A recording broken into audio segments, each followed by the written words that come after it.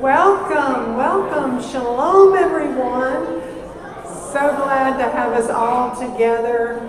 So glad that all of you could join us online.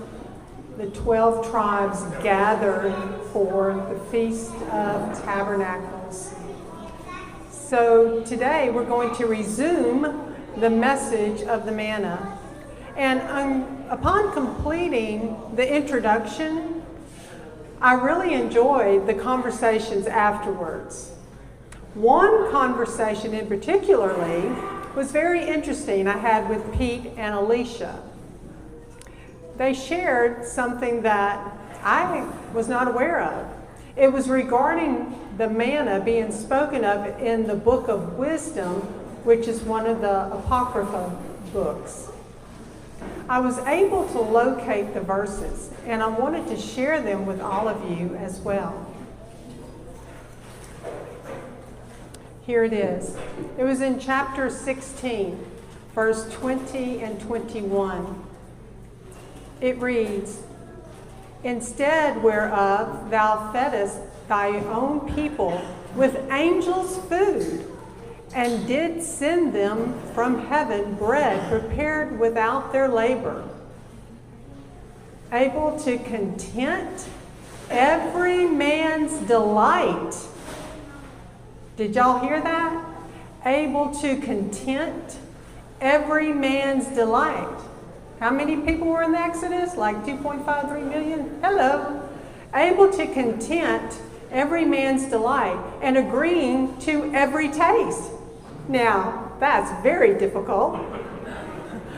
"For thy sustenance declared thy sweetness unto thy children, and serving to the appetite of the eater," the individual eater, "tempered itself to every man's liking."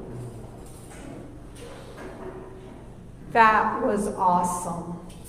Thank you, Pete and Alicia, for that insight. Because while we're here at the Feast of Tabernacles, we're visiting with brothers and sisters. And sometimes Yah has a word for you in just a side conversation. Don't miss those words that Yahweh wants to speak directly into your life. The other thing, what else can we take away from these two verses? Able to content every man's delight. He provided manna from heaven every day. And we went over today that the model prayer, did we not? We went over the model prayer. And did it not say, "Give us this day our daily bread"? Do we sometimes just think that's physical bread? Give us this day our daily bread. See, every day we have the opportunity to feast on the living manna from heaven. And what's so wonderful about that is that it's able to content every man's delight. He customizes the word each day for each one of you, like Kevin was saying in that sweet hour of prayer, and agreeing to every taste. But especially during this week of Tabernacles, that's when we want to dive in to feed on his living manna and feast with him and hear what he has to say to us, so he can serve to the appetite of the eater, tempered itself to every man's liking. He has a special individual word for each of us. And I love the daily devotionals that Matthew shared with us. I'm not sure if I pronounced the name correctly, but it's M. Shanae or M. Cheney. And Tamra posts that every time she sends out a Shabbat invitation. And it is just an anointed devotional. I mean, this week, this week, Solomon's building the temple. In Ephesians, we're reading about the one new man. In Ezekiel, we're reading about defiled land. We're reading today about the dry bones. Then we're reading Psalms of praise this week. You don't want to miss the daily devotional. That's when he sits across the table from you. That's when he talks to you. That's when he tabernacles with you. That's when we should be hearing hallelujahs screamed from the tents, because he's with us. He's very much with us. If you read those devotionals, it's clear, I'm with you. I'm right on track. I'm keeping up with all your sessions. So praise Yah. Just praise Yah. And thank you, Pete and Alicia. That was a true blessing for all of us. So today we're looking at part 1, pearls. Now, in our last session, I shared with you an acronym that I made up, and I just want to quickly review that. So what is the message of the manna? Because I don't want the message to get lost as we journey through this 4-part series. It's moving away from nasty nutrition, physically and spiritually, which includes amount and frequency, and drawing near to Him in a covenant-obedient lifestyle and making it a lifestyle. Now, the amount and frequency we take in physically actually should decrease. Now, I'm not saying you have to be extravagant about it, and the youth and stuff, they probably at least want an 8-hour window of feasting, but it even does them good for a 16-hour fast, a clean fast. It gives our body a time to rest. It gives your mind a time to focus on His manna. And the spiritual side, the amount and frequency should do what? Increase. Now that's awesome. And it's amazing how much more you can connect, because your body's just not so burdened with digestion and peaks and valleys of insulin spikes. So what does the title pearls have to do with manna? This has been quite a journey. We will find that the topic on manna will take us to Exodus 16:31. That's the first mention of manna, where it reads, "And the house of Israel called its name manna, and it was like white coriander seed." Now, that's the only place I've seen it identified as white. In Numbers 11:7, it compares it to coriander seed, but it doesn't identify it as white. Here it does. And the taste of it was like thin cakes made with honey. Then in Numbers 11:7, we're going to see that's where manna is said to also be like coriander seeds. And y'all have seen those, right? In the little spice jars, the little beads, like kind of a pearl because they're round, and has an appearance of bdellium. The B in bdellium is silent. And there are only 2 mentions of bdellium. What a strange word. There's only 2 mentions of bdellium in the Bible. And in Numbers 11:7, that's the last mention. The first mention of bdellium is in Genesis chapter 2, verse 10 through 12. And later, the topic of manna will lead us to Revelation 2:17. These are some of the main verses we're going to hop between. And then I'm going to take you on to Revelation 21, and we'll discuss that later and further. In Genesis chapter 2, verse 10 through 12, we will immediately see royal priestly elements encircled in the land of Havilah, closest to Eden or closest to Yahweh. So we are going to look at Genesis chapter 2, verse 10 through 12, and Numbers 11. The bdellium connection. And a river went out of Eden to water the garden, and from there it divided and became 4 heads. The name of the first is Pishon. It is the one surrounding the entire land of Havilah, and Havilah means circle, where there is gold, and the gold of that land is good. Bdellium is there. Man, that makes you want to know what bdellium is. Bdellium is there. And what? The Shoham stone. Hello. Numbers 11, verse 7. Now the manna was like coriander seed, and its appearance like the appearance of bdellium. There's other descriptions of bdellium. In other translations, it is described as ice, or hoarfrost, or clear drops, or sap from a tree, or bdellium. So you can see why we were about to take a journey. Manna, defined in the Bible, was the food miraculously provided for the Israelites in the wilderness during their flight from Egypt. Secondly, it's spiritual nourishment of divine origin. Third, something of value that a person receives unexpectedly. And bdellium is an aromatic gum resin. Now that's going to be very significant.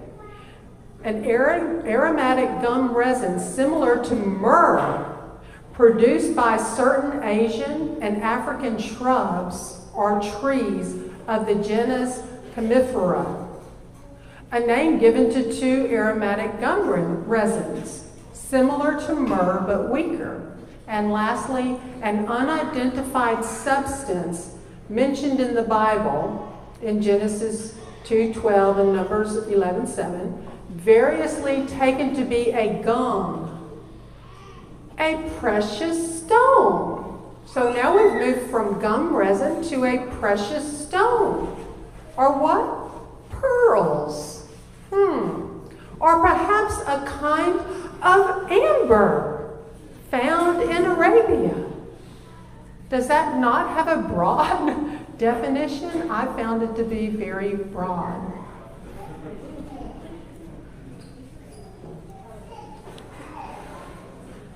We recall that the jar of manna in the ark never spoiled or stunk.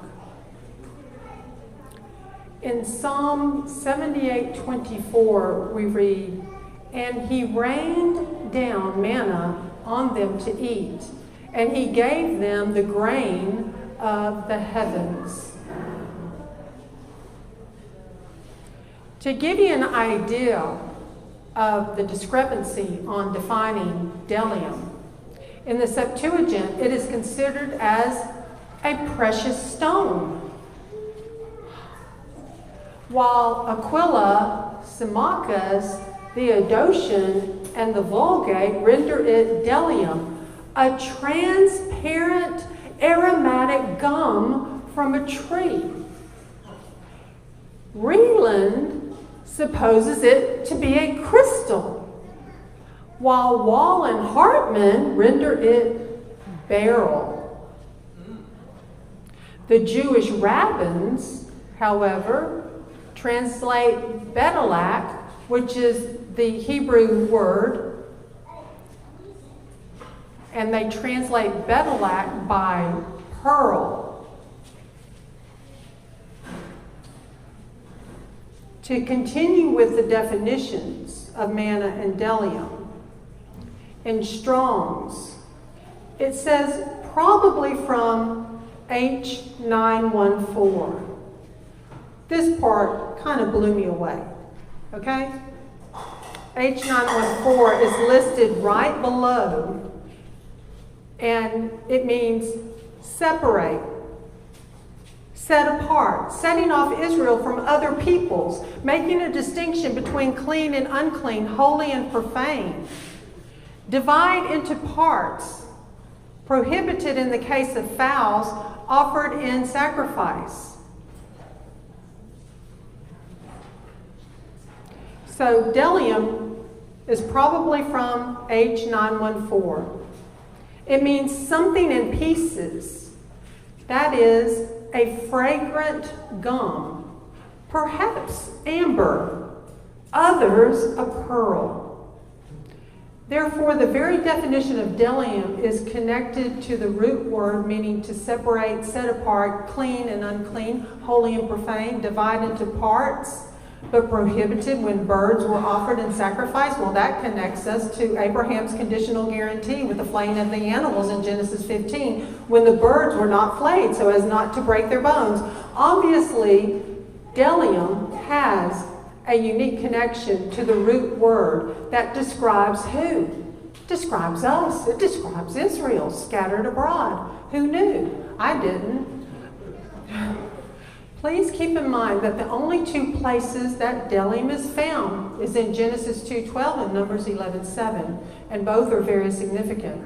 Even when looking up Strong's H914, I inadvertently was brought up Hebrews 9:14, popped up instead. It was interesting, and it reads this way. Hebrews 9:14. How much more shall the blood of the Messiah, who through the everlasting Spirit offered himself unblemished to Elohim, cleanse your conscience from dead works to serve the living Elohim? The bdellium gum-like substance had to be a binding agent to hold the manna cakes together, much like Yahusha is the one that binds us together. We also see here that manna was defined again, the bread from heaven that fed the Israelites for 40 years of wilderness wanderings. And it means, what is it? And it's interesting that bdellium actually means the same. You know, what is it? Because there's such a broad, diverse opinion. And then when we get to Revelation, the Greek, Strong's defines it as manna, that is man, an edible gum. So it's a fragrant gum. Well, look here. 2 Corinthians 2:15 through 17. Because we are to Elohim the fragrance of Messiah among those who are being saved and among those who are perishing. To the one, we are the smell of death to death, and to the other, the fragrance of life to life. And excuse me. And who is competent for these? For we are not, as so many, adulterating the word of Elohim for gain. No, we are not, as so many, adulterating the word of Elohim for gain, but as of sincerity, but as from Elohim, in the sight of Elohim, we speak in Messiah. Now, I asked a friend of mine to help me spell out the word Bedelak in Hebrew. Now, she told me that the lamed may have been added later. So I was thinking that maybe Kevin, or if Emissary of Elohim is online today, if you would both consider looking at the word Bedelak and see what meaning you extract from that. To me, with the letters given, Bet, Dalet, Vav, Lamed, Het, my rookie interpretation that cannot be trusted, the house is entered through the door. secured by the nail that binds the divide. It binds the two houses. That's what it spoke to me. That's what it spoke to me. But we will wait for a real Hebrew interpretation by possibly Kevin or Emissary of Elohim. Or maybe someone else here that knows Hebrew well. So just take your time, meditate on that, look at it, and let's continue on with the presentation. In the interlinear Hebrew Old Testament, we read, "And the gold land of that good, there, bdellium stone." So there's several places that look at bdellium as a stone, and the onyx. Regarding bdellium as a fragrant gum, resin possibly connects bdellium to gemstones or a type of stone. For instance, amber is fossilized resin. I mean, does everyone know that? Because I didn't know that. I mean, does everybody know that amber was fossilized resin? Is anybody like in my camp? So anyway, so amber is fossilized resin. It has made itself a place in the world of gemstones. Therefore, resin is known to transmute from a liquid to a solid and a solid to a liquid. And we recall, if they didn't gather the manna fast enough and it heated up, what would happen? It wouldn't melt. It would change consistency. And are you familiar with the survival uses for tree resin? A healthy human body is impressive in its ability to heal itself. Your skin can knit itself back together after a minor cut or burn. When correctly set, a broken bone can mend itself. Did you know that many trees have a similar ability?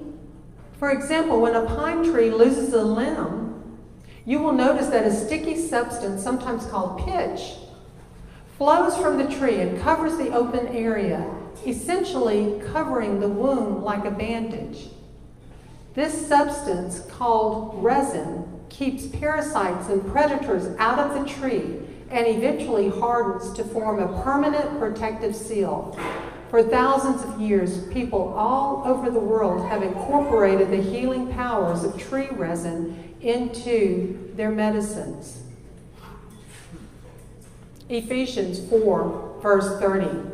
"And do not grieve the set-apart Spirit of Elohim, by whom you were sealed for the day of redemption." So what is tree sap versus tree resin? Before we get to the uses for tree resin, it is important to make the distinction between tree sap and tree resin. Although many people confuse the two, they are actually different substances. Most trees produce sap, but only trees that belong to the Pinaceae family, including pine, fir, and cedar trees, produce resin. Another way to look at it is that trees that shed their leaves each year, called deciduous trees, usually have sap but do not produce resin. Coniferous or evergreen trees usually produce both sap and resin. The liquid that comes from a maple tree is a sap, not a resin. Sap is a thin, clear, watery substance, while resin is thick, amber-colored, and sticky.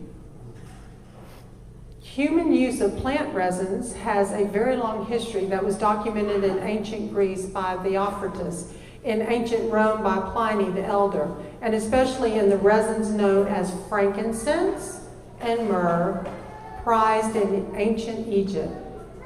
These were highly prized substances and required as incense in some religious rites. As we review survival uses for resin, keep in mind the definition of bdellium as a possible gum or resin. Therefore, there possibly were medicinal purposes connected to the manna. We also see similar qualities provided through Yahusha. Wound healing by protecting against bacteria, fighting inflammation, reducing scarring, promoting faster healing. Waterproof adhesive pitch, well, that reminds us of Noah's Ark, Moses' basket, and how Yahusha seals us, his people. A fire starter. We recall in the lesson on Obadiah, Israel is a fire and Joseph a flame. We learned yesterday when Matthew said that Yahusha ignites our DNA. Light source, pain reduction, skin treatment, sore throat aid, soap, gripping, and friction. So there is a picture of fossilized tree resin. Examples of plant resins, again, include amber. It includes the balm of Gilead. Is there no balm in Gilead? Canada balsam, copal. So in Genesis chapter 2, verse 11 through 12, essentially in the very beginning of his word, we have gold, we have bdellium, and the shoham stone being introduced. So manna was described as having an appearance of bdellium, an appearance of amber, or a gum, or pearls, but we know it must have been white. It can be in different colors because it said it was like white coriander seed. So amber, gum, or pearls. And bdellium is in many pieces. That's the other definition of it. It's scattered in many pieces. But there's more. Let's read Genesis 2:10 through 12 again. And a river went out of Eden to water the garden, and from there it divided and became 4 heads. The name of the first is Bashan. It is the one surrounding the entire land of Havilah, where there is gold. And the gold of that land is good. Bdellium is there, and the shoham stone. So we have manna with the appearance of bdellium, and bdellium is defined as something in many pieces. It can be pearls, gum, tree resin, amber. It's a binding agent, and it can fossilize into a solid. So bdellium was there in Genesis, and also onyx, and shoham is the Hebrew word for onyx. In the land of Havilah, which means circle, where there is gold. To the first river, Bashan, surrounds the land of Havilah, the first of the 4 rivers out of Eden. Therefore, we see the bdellium and onyx connected to the first river, Bashan, which was the first of 4 rivers from the river of Eden. We know the shoham stones of onyx have a sparkly, translucent look, which belies the fact that it's solid rock. It looks like a gemstone with wavy bands of amber, ivory, and white fused together in a fluid pattern. When backlit, onyx radiates a soft, ethereal light. It's truly an extraordinary stone. Wherever it is used, it will take center stage. But there's more.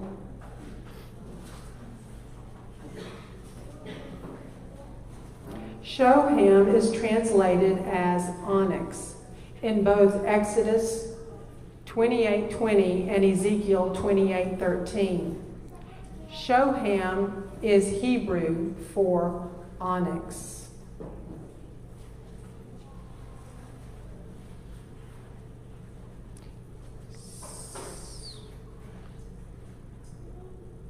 When backlit, onyx radiates that soft ethereal light. So we have 2 shoham stones on the shoulder garments that are onyx, with the names of 6 tribes on each. Then, between the folds of the linen breastplate, where the mysterious shoham stones, next to the heart of the high priest for ascertaining the will of Elohim, the onyx stones were the Urim and Thummim, the lights and the perfections, or truth. But exactly how they function, we can only speculate. It is believed they would rather light up and give the high priest answers from Elohim. Lastly, the middle stone in the last row of stones on the breastplate was onyx and was associated with the tribe of Joseph. We will see that the Bible also states that the 5th foundational stone in the New Jerusalem in Revelation 21:20, which is like the onyx, but it's called sardonyx. Strong's states the word refers to the nail of a finger, probably due to its flesh tone color, and both it and Thayer's lexicon translates the word as sardonyx. Thayer's states that sardonyx was a stone containing red, crimson lines, and white colors. And we know sard in the word sardonyx means red. So it had parallel red or reddish bands instead of black. Because many times when we think of onyx, we think of black, but onyx can come in different colors.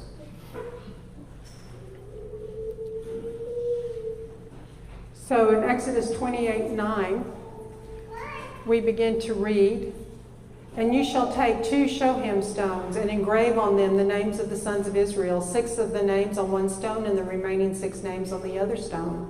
With the work of an engraver in stone, like the engravings of a signet, engrave the 2 stones with the names of the sons of Israel. Set them in settings of gold. And when you shall put the 2 stones on the shoulder pieces of the shoulder garment as stones of remembrance for the sons of Israel, and Aaron shall bear their names before Yahweh on his 2 shoulders for a remembrance. And you shall make settings of gold and 2 chains of clean gold, like braided cords, and fasten the braided chains to the settings. And you shall make a breastplate of right ruling, a work of a skilled workman, like the work of the shoulder garment. Make it of gold, of blue and purple and scarlet material and fine woven linen. It is square, doubled, a span its length and a span its width. And you shall put settings of stones in it, 4 rows of stones." Skipping to verse 20. "And the 4th row is a beryl, and a shoham, or onyx stone, and a jasper. They are set in gold settings, and the stones are according to the names of the sons of Israel, 12 according to their names, like the engravings of a signet, each one with its own name for the 12 tribes. Verse 30, "And into the breastplate of right ruling you shall put the Urim and the Thummim, and they shall be on the heart of Aaron when he goes in before Yahweh. And Aaron shall bear the right ruling of the children of Israel on his heart before Yahweh continually." Now, in verse 9, the first verse we read, "And you shall take 2 shoham stones and engrave on them the names of the sons of Israel." I want us to remember the white stone that will be given to overcomers, because we start to see patterns, don't we? The stone that will be given to overcomers in Revelation chapter 2, verse 17. And we saw how the hidden manna in that verse, along with a white stone, and that stone could be engraved upon with a new name, it said, is mentioned in that one verse all together. Hidden manna, white stone, and a stone that would be have a name engraved on it, a new name. And in Exodus 28:12 that we read, how Aaron would bear the stones on his shoulder, reminds us of Isaiah 9:6. For a child is born unto us, a son is given unto us, and the rule is on his shoulders.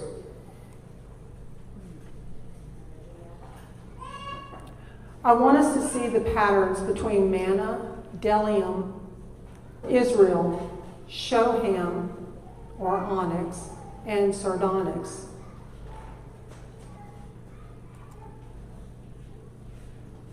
In Revelation 21:21, and the 12 gates were 12 pearls. Each one of the gates was a single pearl, and the street of the city was clean gold, like transparent glass.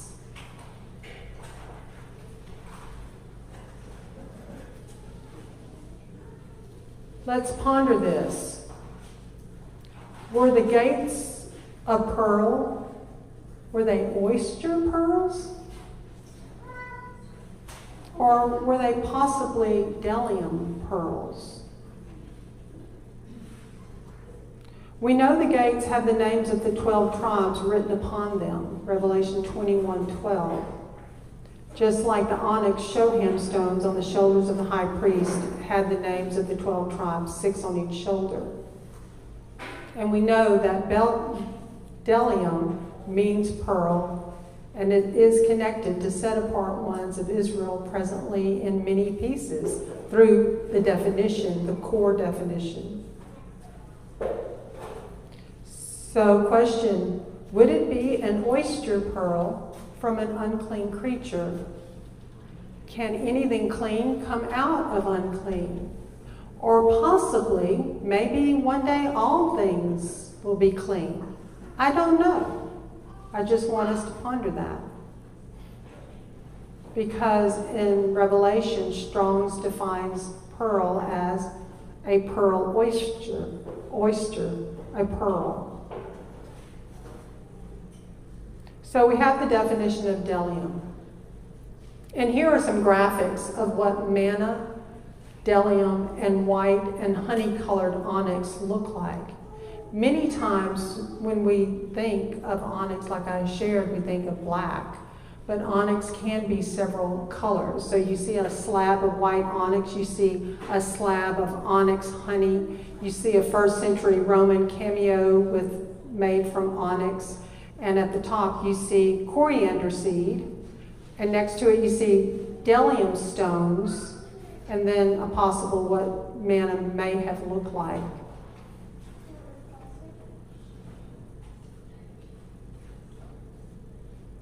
So in Strong's, we see 2 definitions for pearl. It can be a pearl. And it can also be a proverb, a word of great value. And I believe we could add a 3rd definition. I don't see why we couldn't even add as possible bdellium being pearls. So as a proverb, pearl means to thrust the most sacred and precious teaching of the gospel upon the most wicked and abandoned men in some verses. And so we have all of these definitions. In Job 28:18, it's from an unusual root meaning to freeze. That's where it's defined as crystal from its resemblance to ice, pearl. And in Proverbs chapter 3:15, from the same as H6434, probably a pearl as round. So sometimes you describe something as a pearl because it's just round. And it also has ruby there. Wow, there's another gemstone, if you will. So ruby also can allude to a pearl as round. Thus, pearl is defined many ways throughout history. And through Scripture, we have in Matthew 7:6, give not that which is holy unto the dogs, neither cast your pearls before swine, lest they trample them under their feet and turn again and rend you.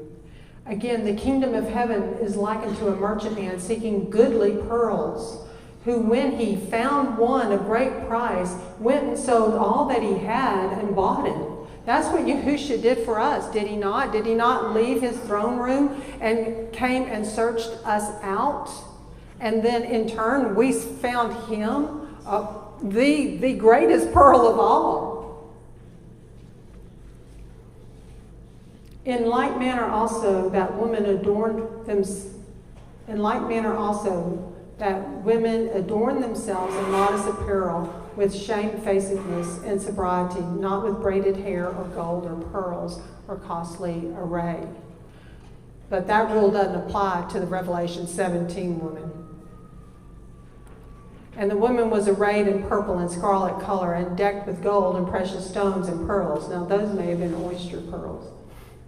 And of course, Babylon was all glittered up, if you will. Merchandise of gold, silver, precious stones, and pearls, fine linen, purple, and silk.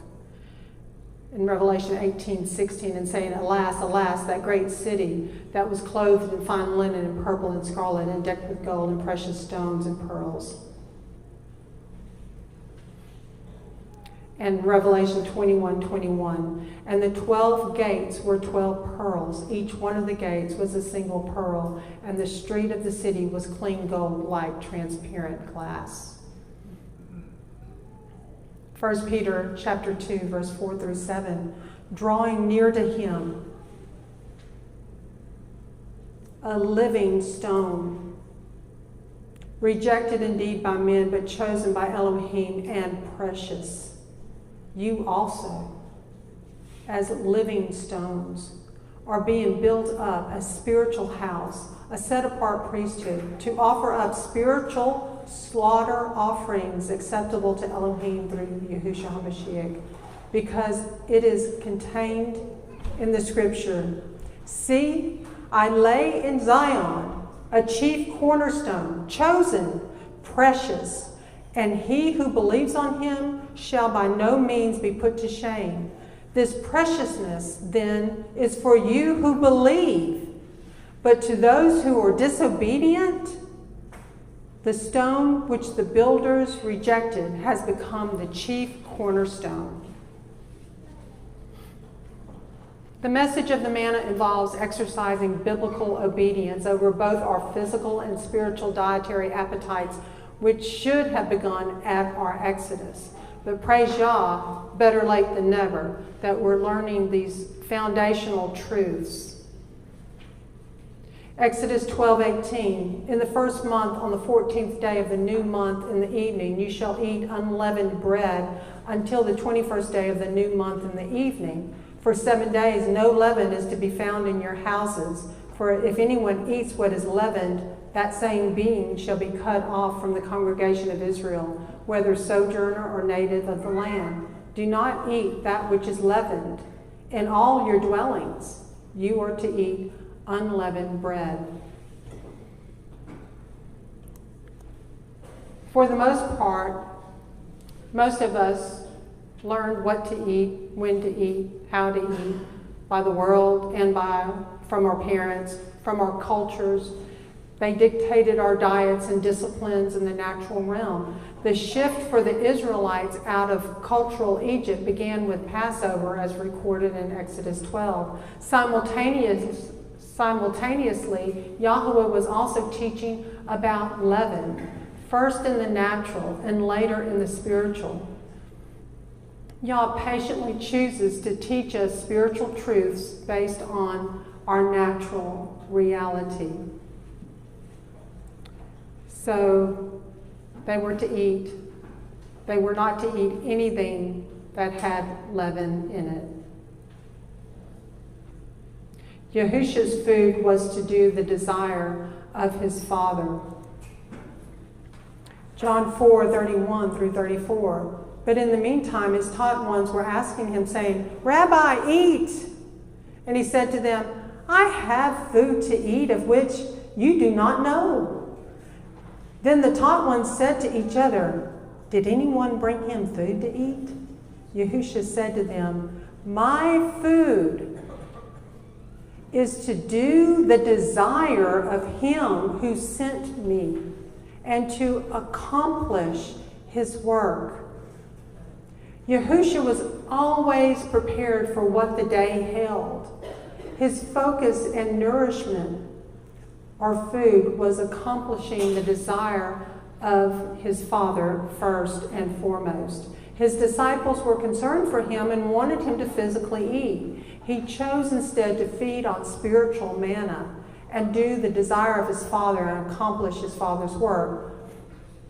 Those of us in him have natural vision and spiritual vision, natural hearing and spiritual hearing, natural tangible manna, and we have heavenly spiritual manna of life that we can feed on every morning, and we should commune with him.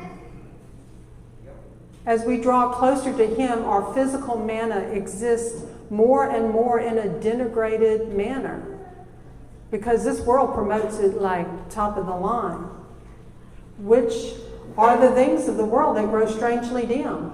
And the spiritual manna is elevated in the light of his glory and grace.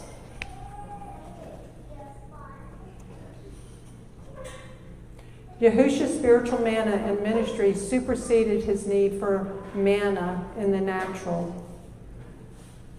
Yahushua heals a boy with a demon. Matthew chapter 17, 14 through 21. And when they came to the crowd, a man came up to him, kneeling down to him and saying, "Master, have compassion on my son, for he is an epileptic and suffers badly, for he often falls into the fire and often into the water. And I brought him to your taught ones, but they were unable to heal him." And Yahushua answering said, "O generation, unbelieving and perverted, how long shall I be with you? How long shall I put up with you? Bring him here to me." And Yahushua rebuked the demon, and he came out of him, and the child was healed from that hour. Then the taught ones came to Yahushua by himself and said, "Why were we unable to cast him out?" And Yahushua said to them, "Because of your unbelief. For truly I say to you, if you have belief as a mustard seed, you shall say to this mountain, 'Move from here to there,' and it shall move, and no matter shall be impossible. No matter shall be impossible for you. But this kind does not go out except through prayer and fasting." Are we an unbelieving and perverted generation? I suppose so. Do we need to know the why behind all things he tells us to do? No, we don't. Yahushua said, "Bring the boy to him." Yahushua rebuked the demon, and the child was healed from that hour. We see that Yahushua didn't have to say to the man, "Would you bring your son back tomorrow? I'm going to go home. I'm going to sit down. I'm going to just fast and pray, and then come back tomorrow, and then I'll heal him." No, he didn't do that, did he? Why? Because he was living a lifestyle of fasting and prayer. He was always ready. He was always ready. So for me, this indicates that we should obviously value being in a state of prayer and fasting, not starving ourselves, not making ourselves sick, and everybody's individual and it depends on age and all kinds of factors. But think about it. If our bodies are constantly putting forth energy to digest 3 meals a day and snacks, then we would have more freedom to be spiritually focused, spiritually powerful, and physically healed. Fasting is a big part of healing. When we get out of the way, we just need to get out of the way. We let our bodies reset, both in the natural and spiritual, because we are fearfully and wonderfully made. And by the time we get to the end of this series, you're going to see just how fearfully and wonderfully made we are.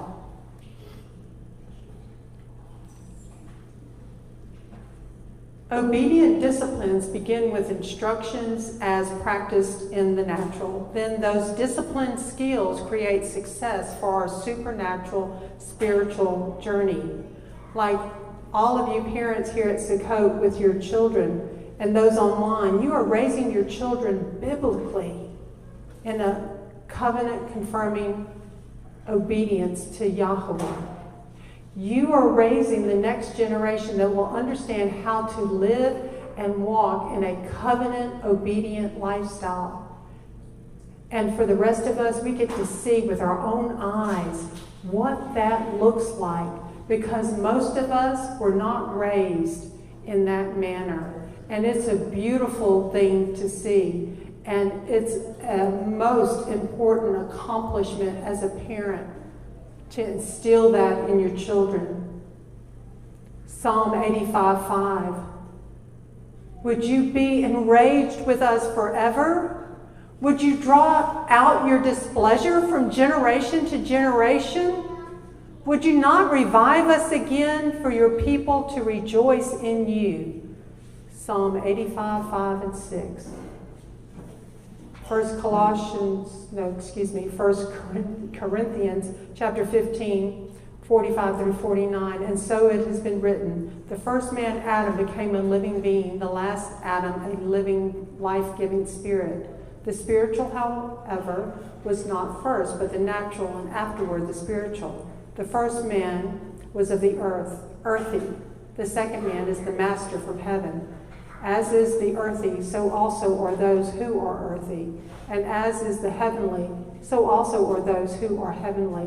And as we have borne the likeness of the earthy, we shall also bear the likeness of the heavenly. Hallelujah. Hallelujah. So this truth applies to the message of the manna. This world only exists in physical and spiritual darkness. It thrives on the lust of the eyes, the lust of the flesh, and the pride of life. This very much includes food. Food, drinks, pharmacia are a big part of the devil's playground. For Melchizedek believers, spiritual manna should reign in our lives, and physical worldly appetites of various lusts and idolatries be called into submission to his spirit. Psalm 141:4. Let not my heart be inclined to evil, to practice deeds of wrongness with men working wickedness, and let me not eat of their delicacies. Man, we are surrounded by man-made delicacies. It's a real challenge today, and we can only do our very best. We can only do our very best and try to make the best choices. So believers must develop discipline in the physical realm before we will truly be successful in the spiritual realm. Instead of the Israelites calling their fleshly mindset into submission to the provisions provided, they chose to let their minds wander back to the leeks, garlic, and flesh pots in Egyptian slavery. In Egypt, they had been surrounded by a broad array and abundance of all types of clean and unclean foods to partake in. Sound familiar? Are we not just surrounded and inundated with food at every turn, every corner, on every street corner? Anything was allowed in Egypt. Their mindset was undisciplined. They were carnally minded, desiring to live to eat by being led by their bellies, instead of hungering and thirsting for righteousness. I believe we have undervalued the importance of this physical discipline of lifestyle fasting for calling our fleshly lusts for foods and other addictions under submission to Yahweh. But also, we were really never taught how to fast. I know I wasn't, and I was not successful at trying to fast. But there is a proper way, and I hope we glean some insights to that proper way this week. I can tell you of 4 individuals that did not undervalue their physical discipline when they had the most tantalizing spread of food and drinks laid before them. These young men, this is the youth I'm talking about that are here this week at the Feast of Tabernacles. Disciplined youth, setting the example. These young men, Daniel, Hananiah, Mishael, and Azariah, were raised in a covenant-obedient lifestyle. That's what they look like. For us, those tantalizing delicacies would be more like hamburgers, french fries, hot dogs, desserts, so forth and so on. Daniel chapter 1, verse 12 through 14. Please try your servants for 10 days, and let them give us vegetables to eat and water to drink. Then let our appearances be examined before you, and the appearances of the young men who eat the portion of the sovereign's food. And do with your servants as you see fit. And he listened to them in this manner and tried them 10 days. And what happened? They turned out better looking than the ones that ate all the delicacies. And the same thing happens to us if we eat nutrient-dense foods and we fast. That's what I have found. I'm not pushing that on anyone, I think, but I do believe it's biblical. There is nothing new under the sun. The enemy attacks in various tantalizing and mouth-watering ways. Here's an excerpt from Into All Truth Pillars of Health blog. Because in these end of days, more than any other time, we need to help our physical bodies have a strong immune system and to function optimally, because they're putting more and more stuff in the cattle and all kinds of stuff. And we're just going to really have to get to that one ingredient food. Go out to your garden and get those one ingredient foods, gather them up and make a great big salad or whatever, but try to stay away from what they're creating.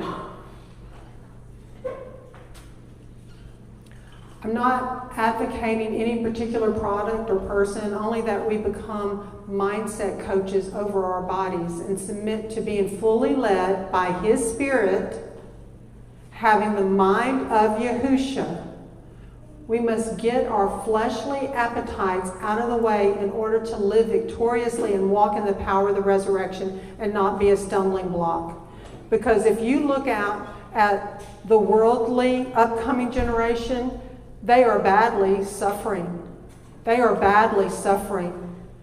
And they are beautiful young people, but the foods that they are eating, they're literally destroying them. And the world keeps on promoting, you know, supersize this, supersize that. And they promote advertisements that neutralize it. And there's a whole generation out there ready to be rescued. And you know, possibly a way to reach the world is through this type of approach about manna, about what we eat, because everybody's struggling with this. Everybody wants answers. What's going on with my body? People look in the mirror and they say, who's that? You know, it's just mind-boggling. Let me read this little blog. It's so interesting. Ancient healing practitioners of today that we can get cues from. Many of our famed natural healers were persecuted or killed for the vital information they provided around healing. And it's no wonder. Their healing herbs had much in common. Let's look at some of the healers here in North America and their herbal remedies to learn what they had in common. There are many more than are listed here. Dr. Sebi came up with the African biomineral diet after he was cured of mental illness, impotence, and diabetes by doing a 90-day fast with herbs. He retired from engineering and chose to heal people instead. He studied the herbs that had healed him in West Africa. After defending himself against the FDA in a trial of the New York Supreme Court, Dr. Sebi was proven with evidence to have cured AIDS, diabetes, cancer, and more. Sebi was a self-taught engineer who spent most of his childhood in nature observing the procession of life.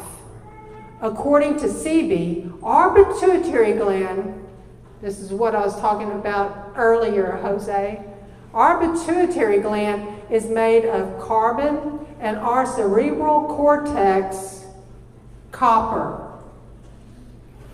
These are the two elements of any power generator. He used herbs to heal and maintain the electric body. Sebi's Bio 1 and Bio 2 cleansing products, his iron supplement, Maya, and his use of Irish moss for mineral balance provide accessible clues to natural healing.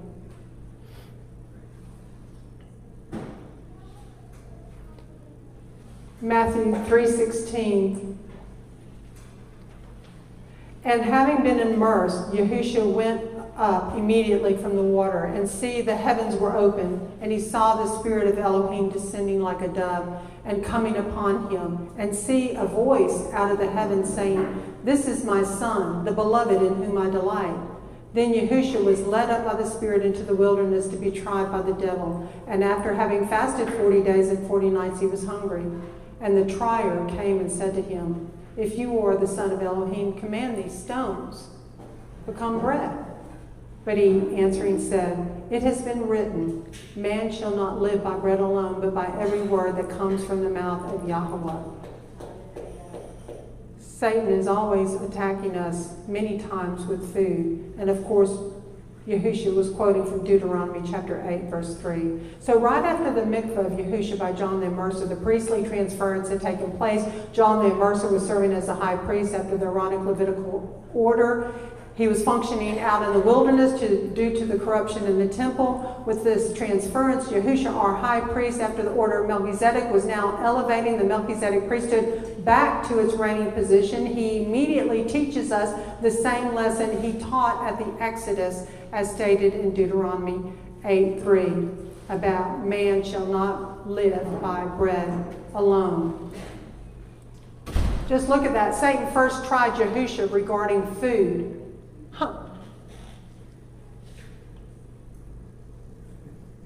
John 12:32, and I, if I am lifted up from the earth, shall draw all men unto myself. Yahushua is the gum. He's the resin that binds us together as one in him. And I like this particular picture with the water droplets surrounding Yahushua, because they kind of reminded me of Delium, if you will, and how he's going to draw all men unto himself, because it's in our very DNA. He has ignited our very DNA. It's energy, right? Didn't we just learn that yesterday? And he will draw that energy to himself. He's the bread of life. And those little particles just reminded me of Delium. Now let's listen to this brief clip. Absolutely. And that's the thing, that the patients have to take responsibility. Because the medical profession, the way it's set up right now, we're not in a position to do that. We have to, we don't have enough resources, we don't have enough time. So what we can do is we can educate patients, and we can throw light on the issues that have brought them to where they are now, and show them how they can get out of it, show them, empower them, and educate them so that they make their decisions. And when they make their decisions, they will do it. And there it's self-empowering. It feeds back on themselves and says, look, I was able to do this, and I didn't think I could do this. And so that brings us to that issue that there are so many layers of onions that we can peel off, and fasting is the one that really seems to me to open up aspects of their lifestyle which they would not have otherwise looked at. Because fasting does bring in lots of issues into their life. It opens up the introspection into their life. It's what's going on, what's driving these things in my life. And that's what I like about fasting. It's so different. I mean, imagine if I just gave them a diet and said, okay, you're just going to eat this. Okay, they're going to eat that, that's it. But in fasting, it's self-control. It's deeper thinking about the habits and all the other things that we're going to talk about. All the other things we are going to talk about. So it's not a diet, it is a covenant-obedient lifestyle change. Have the mindset of Yahusha, which requires us to be honest with ourselves and get out of the way. Shalom to all of you. Thank you so much.